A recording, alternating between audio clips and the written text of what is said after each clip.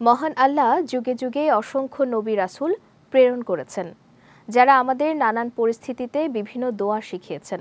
পবিত্র কোরআনে মহান আল্লাহ এমন দুটি দোয়ার উল্লেখ করেছেন, যেই দোয়ার বরকতে হযরত আইয়ুব আলাইহিসসালাম ও ইউনুস আলাইহিসসালামকে আল্লাহ তাআলা বিপদ থেকে উদ্ধার করেছিলেন। বিস্তারিত জানাচ্ছেন সৈয়দ নওশাদ। দোয়া একজন মুসলমানের হাতিয়ার। একজন মুমিন সুখ দুঃখ যে কোনো মুহূর্তে আল্লাহ তাআলার কাছে দোয়া করে নিজের মনের ভাব প্রকাশ করেন। মহানবী হযরত মুহাম্মদ সাল্লাল্লাহু আলাইহি ওয়াসাল্লামও আমাদের বিভিন্ন দোয়া শিখিয়েছেন। এছাড়া পূর্ববর্তী নবীরাও বিভিন্ন দোয়া করেছেন, যে দোয়া আমাদের সবার জন্য বিপদ থেকে উদ্ধারের মাধ্যম হতে পারে।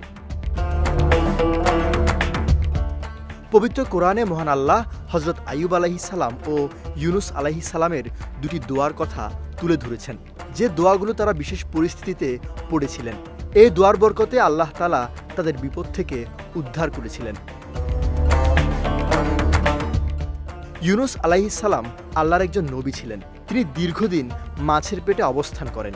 এ সময় এই বিপদ থেকে উদ্ধারের জন্য তিনি আল্লাহ তাআলার কাছে বিশেষ দোয়া করেছেন। দোয়াটি দোয়া ইউনুস নামে পরিচিত।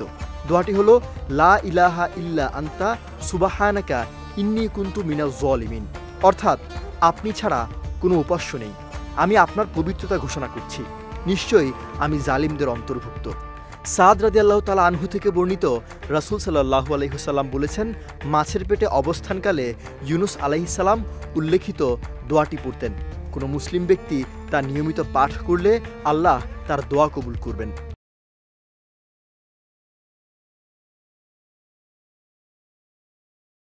নবী হযরত আইয়ুব আলাইহিস সালাম দীর্ঘদিন জটিল রোগে আক্রান্ত ছিলেন। অবস্থা এমন হয়েছিল যে অসুস্থতার দিনগুলোতে তার সন্তান সন্ততি বন্ধুবান্ধব সবাই তাকে ছেড়ে চলে গিয়েছিল। অবশেষে তিনি আল্লাহর কাছে দোয়া করেছিলেন। তার দোয়ার ভাষা ছিল অত্যন্ত সুন্দর, ফলে আল্লাহ তাআলা তার দোয়া কবুল করেছিলেন। দোয়াটি পবিত্র কোরআনে আল্লাহ তাআলা তুলে ধরেছেন। দোয়াটি হলো আন্নী মাসানি আদ-দুরুরু ওয়া আনতা আরহামুর রাহিমিন, অর্থাৎ আমি তো দুঃখ কষ্টে পড়েছি, আর আপনি তো সর্বশ্রেষ্ঠ দয়ালু। সৈয়দ নওশাদ, বিজয় টিভি নিউজ ডেস্ক।